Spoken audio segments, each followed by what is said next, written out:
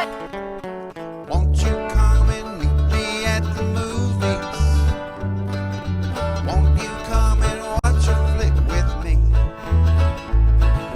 Famous scenes with drama queens and heroes acting out there on a silver screen. Come grab a seat, popcorn is on me. Camera speed. Sound production, take one.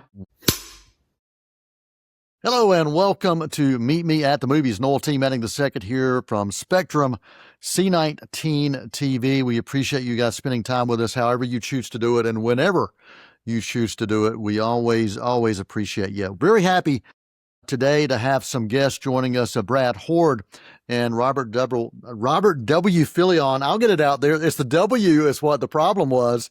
Robert, so good to see you. Brad, glad to have both of you. To trip you up. Just like Noel T. Manning II, that T is there to trip you up.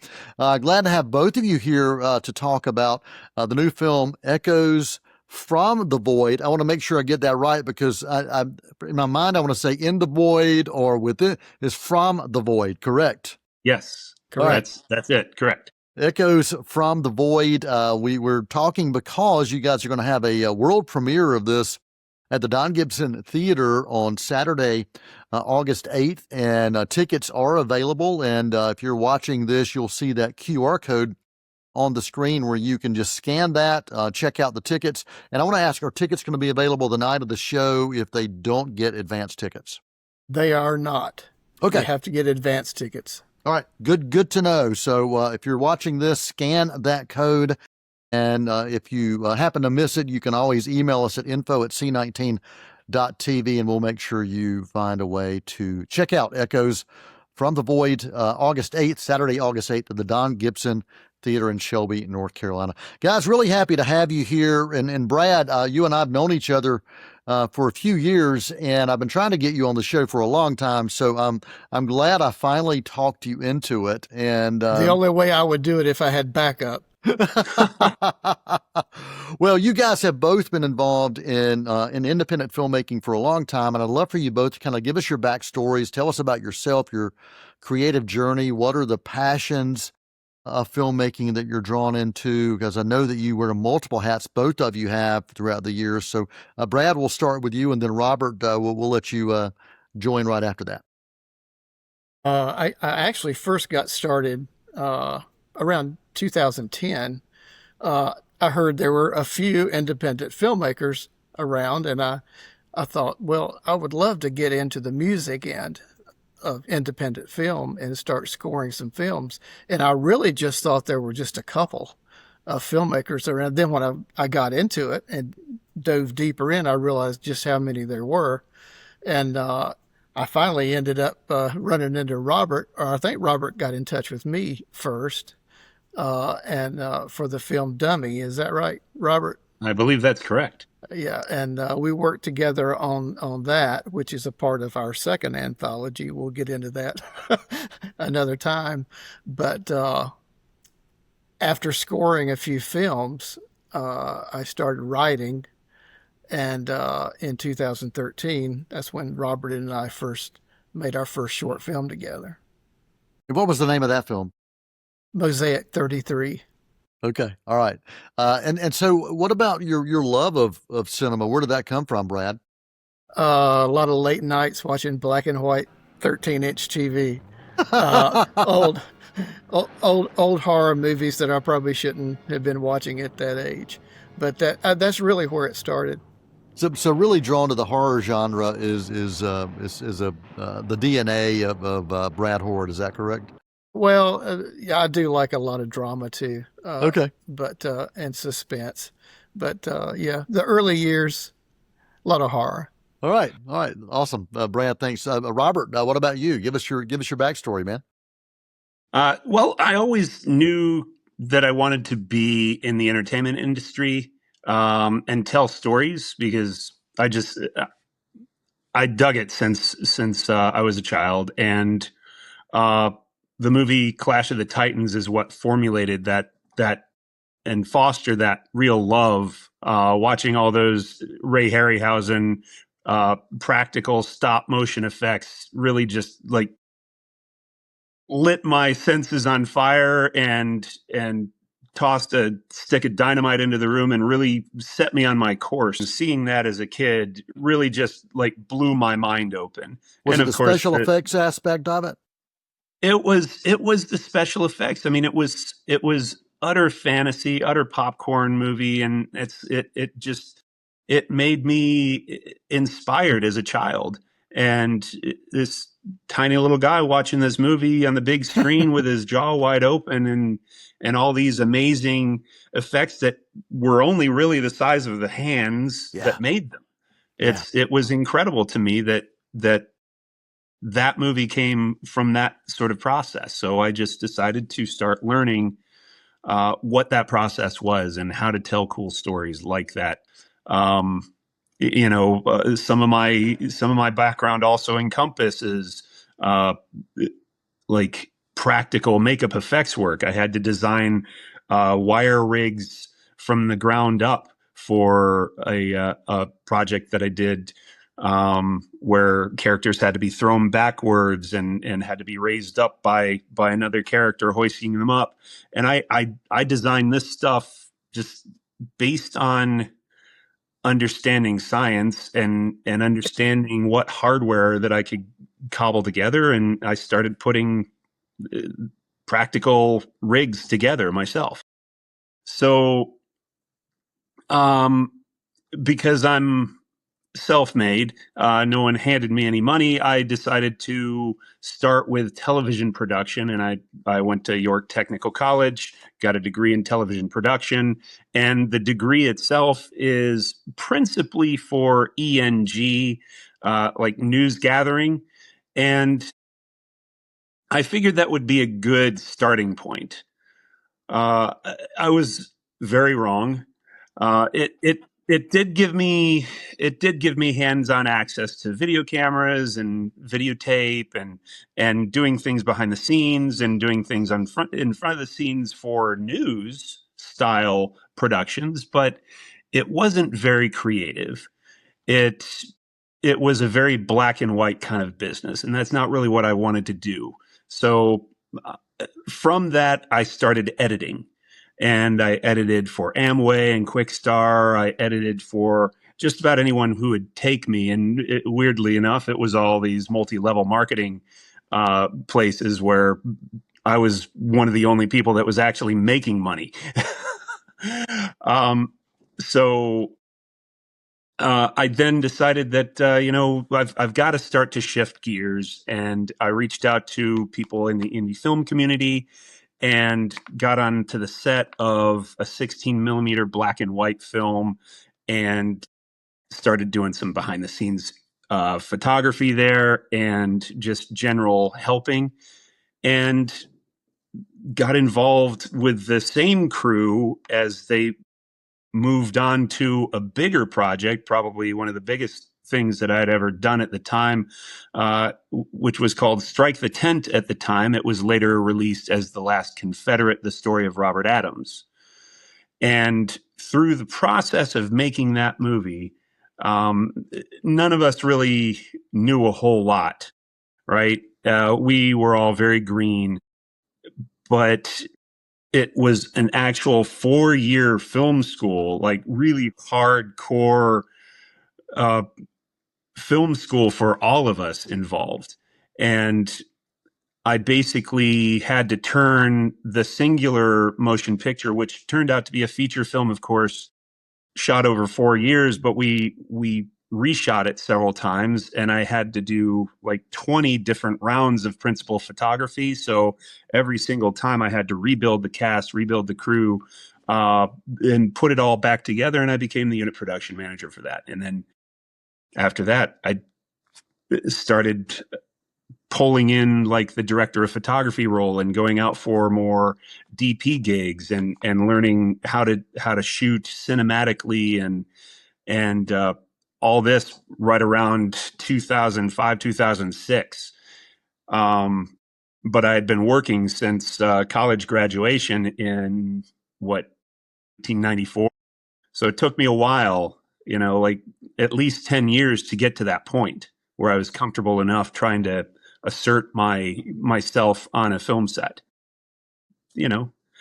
Just kept on taking on all these roles and learning new things. So that's the long of the long story. There's something beautiful about indie film making, and there's this partnership that develops, or relationships that happen, collaboration happens. As you mentioned, it really is a film school. If you take the time and you're willing to invest that time, you can learn quite a bit from others. And there's so many others out there that are willing to share their experiences, to share their expertise with you, if you just ask. And that's the beautiful thing about indie filmmaking. The partnership that you and Brad have developed over the years, we're talking 13 plus years, if I'm doing my math correctly. That's correct. You've worked together. What is it about this partnership that works so well for both of you? I think we've learned to give and take. Some of us give more than take, I think. I think Brad gives way more than he takes. Brad is a just like I said, the script is only a suggestion. The script is a suggestion. It's a suggestion. And here I am. Okay, bet. Strike that out. Strike that out. Strike that out. How do you like that? Yeah, that sounds great. Yeah. It was 10 pages. Well, awesome. Well, we are talking to Brad Hord, also Robert W. Fillion, and we are talking about the world premiere of Echoes from the Void that is taking place Saturday, August 8th at the Don Gibson Theater in Shelby, North Carolina. You can check out that QR code if you wanted to get tickets, and tickets are only available in advance. You cannot get those at the door, so make sure you get those in advance. And again, if you miss that QR code, you can email us info@c19.tv, and we'll make sure that you find what you're looking for. We are going to take a quick intermission. We're going to come back and talk about this project. We're going to spend the second half of the show finding out where Echoes from the Void came from and what it took to bring this together. So stick around. Won't you come and meet me at the movies? Won't you come and watch a flick? Want to stay connected to everything happening at Cleveland Community College? C19's monthly show, In the Loop, brings you the stories, updates, and the highlights that matter most right from campus. From program spotlights and upcoming events to alumni interviews and college updates, In the Loop keeps you informed and engaged. Catch home game schedules for all CCC athletics, plus fun and meaningful conversations with the Yeti along the way. Whether you're a student, employee, alumni, or supporter of CCC, this is your inside look at life on campus. Tune in monthly on C19 and stay in the loop with Cleveland Community College. Hi, I'm Tim Foster, your host for Blue and Bold monthly right here on C19 TV. Get to know the coaches and student athletes of Cleveland Community College athletics on Blue and Bold. We go in depth as we discuss cross country, track and field, volleyball, baseball, men and women's basketball, and softball. Catch Blue and Bold airing on C19 TV and online at c19.tv. Won't you come and meet me at the movies? Won't you come and watch a flick? Welcome back to Meet Me at the Movies. Noel T. Manning II here, hanging out with Brad Hord and also Robert W. Fillion. We are talking about the film Echoes from the Void. You can check it out Saturday, August 8th for the world premiere at the Don Gibson Theater in Shelby, North Carolina. That's uptown Shelby, North Carolina. The QR code on your screen is where you can find tickets. Guys, thanks so much for joining us and being with us. And let's talk about this project. I know that it's something you've been working on for quite a while, and I'm glad I got a chance to check it out as well. And as a kid, always drawn to eerie tales, always drawn to things like The Twilight Zone, Tales from the Crypt, Creep Show, that kind of stuff always spoke to me. You can say so much in short films sometimes that you can't in longer format films. Sorry about that, Christopher Nolan. Shorts sometimes will grab you, man. They will grab you. So tell me about this concept of bringing all of these short films into one feature-length project. Where did the idea originate? Well, go. Well, we were on the verge of shooting one of the shorts, Resurrection of Amy Barlow,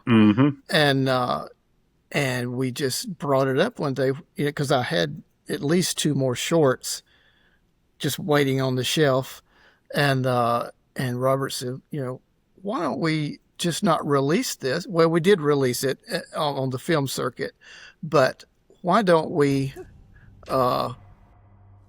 just keep going with these shorts that you've got and do an anthology? And that sounded great to me. I thought it was a great idea. Here's what he's not telling you. I'd been bugging him for years prior to do a feature because he's sitting on a number of scripts, one of which I really love. He let me read. We wanted to do it, but it just kind of never happened. Maybe it will now. Who knows? But investors. I think that's sort of the genesis of it. I was the whole time thinking, why just do a short when we can really take this from the ground up and create our own Creep Show or Twilight Zone the movie. And my love has always been for short form content anyway. Creep Show blew my mind when I was sneaking around trying to watch it as a kid because my parents had HBO, and I literally had to sneak to watch it, and seeing that movie just destroyed my brain. And I wasn't right after.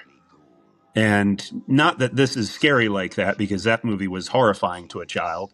But I wanted to rekindle kind of that spark and love for motion pictures that I had when I was a kid. That's kind of where my style comes from.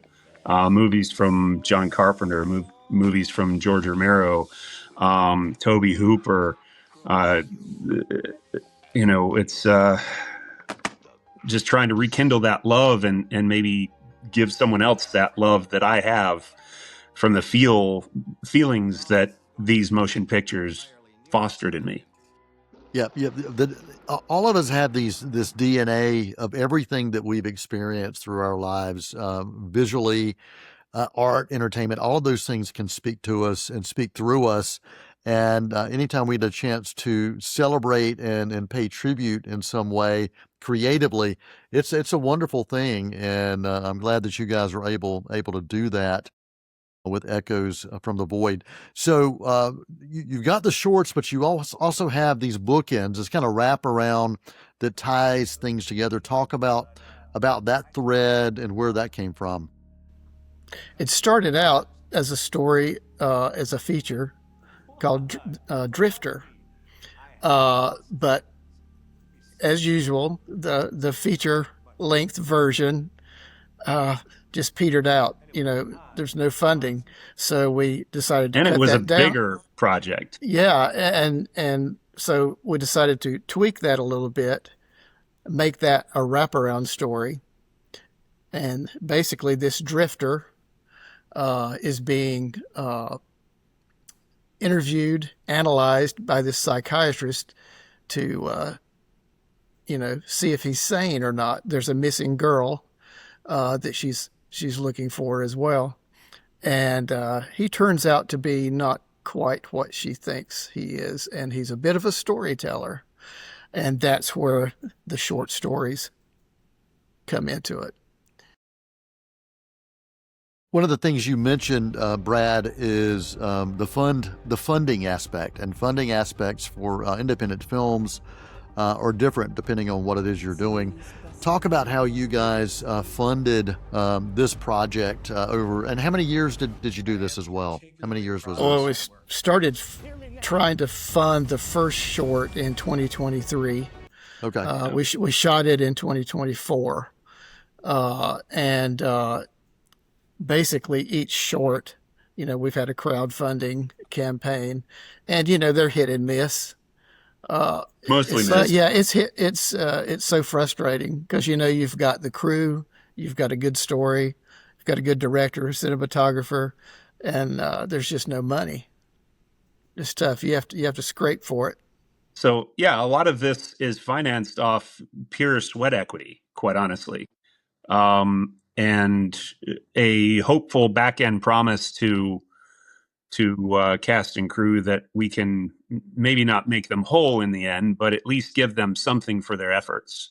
And Brad did a really good job bringing together enough to give people gas stipends and in some cases a small remittance. But yeah, it's never been substantial, and it's always been mostly for the love of the game. And we've gotten so much help too. Yes, from absolutely. from Cleveland County, as far as locations, sponsorships. Cleveland County has really been great. They've really supported us. And Brad's got the hookup in terms of like locations and things. I mean, things that no one else could ever find. Brad winds up finding, and it's all amazing. I mean, it's hats off to Brad. He is a phenomenal producer and can always connect those dots. Yeah, the locations are great in this. I love the lighting that was used in several of these. That's all Robert. I can speak to a lot of that. My love for cinema is very deep. You might have guessed that from our talk here so far. But my lighting is inspired heavily by old school Italian giallo. I love what a lot of the Italian guys were able to accomplish with colored lights and mood inspired lights, right? Nothing is like truly motivated in some of those films. It's all stylistic choice. And that's what I brought to the table, especially when I was the one that was gaffing the project. Yeah.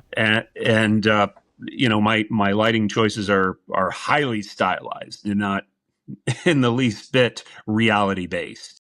Yeah, they shouldn't make any sense, but they're so pretty. We are winding down. We've got about 5 minutes before we wrap. I wish we had a lot more time, but I want to make sure that I give you guys both a chance to share any final thoughts or comments that you've got, particularly about Echoes from the Void, which we'll be preparing August 8th at the Don Gibson Theater. I just wanted to reiterate the format of the feature film. There's 4 short films with a wraparound story that connects everything together. There's a little bit of thriller, horror, sci-fi. I think there's something for everybody. And I do want to throw out we're also premiering another short film. It was initially conceived as a micro short series, and it's being put out to the film festival circuit as a complete short film. And it's called The Me's. It is going to come before Echoes, so you're really getting a 2-part deal with this. Really good deal if you're looking at it from a pure financial perspective. But we've poured our heart and soul into both of these projects. Once again, Echoes from the Void and The Me's.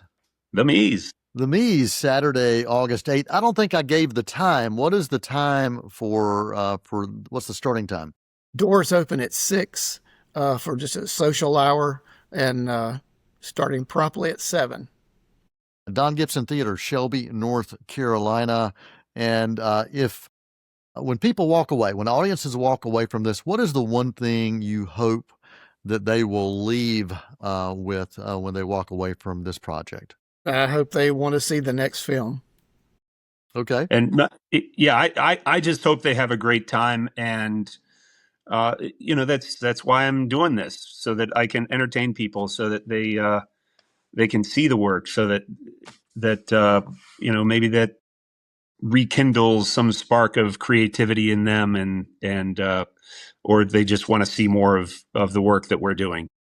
Awesome. And two final rapid fire questions. Why is it important, or why should somebody go to a theater to watch something like this? People just don't do it enough anymore. That's the way you need to experience a film. Absolutely. I concur 100% with that sentiment. And the fact that I basically use a very wide screen intentionally when I compose the entire project to evoke that sense of proportion.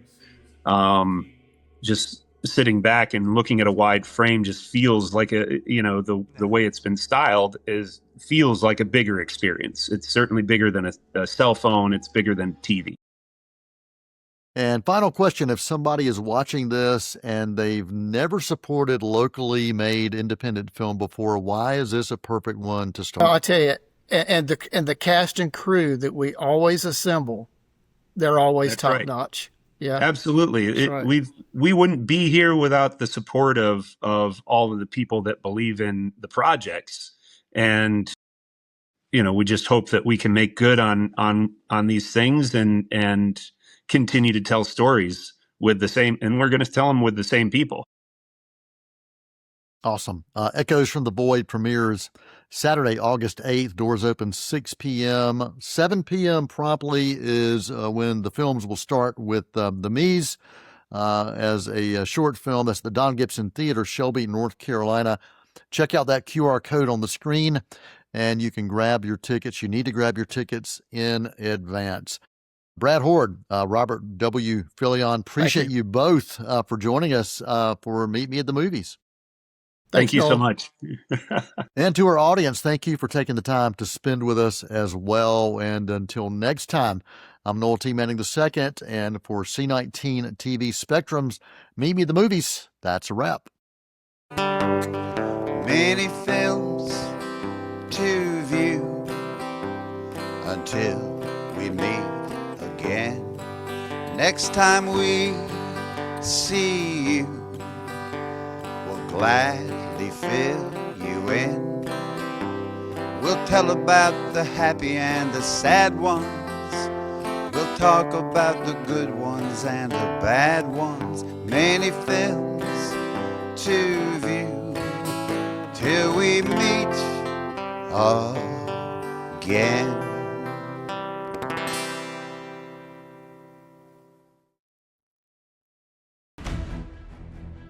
We always have had a certain courtesy to other people upon their retirement or somebody's passing. Well, I got something nice to say about our retirement. Well, we're not. Good riddance. Oh, was it you? First, he put giant flagpoles on the White House lawn like it was a Buc-ee's, and then he cemented over the Rose Garden. Then he turned the Oval Office into a place that looks like a New Orleans cat house. Well, I'm sure President Obama evaluated both candidates and went with the best one, better one. Yeah, one of them had a D by her name. Well, one cannot help but wonder why. Betsy, one possibility would be that the Hurricanes are now afraid to enter the newly named Gulf of America while Trump's in the White House.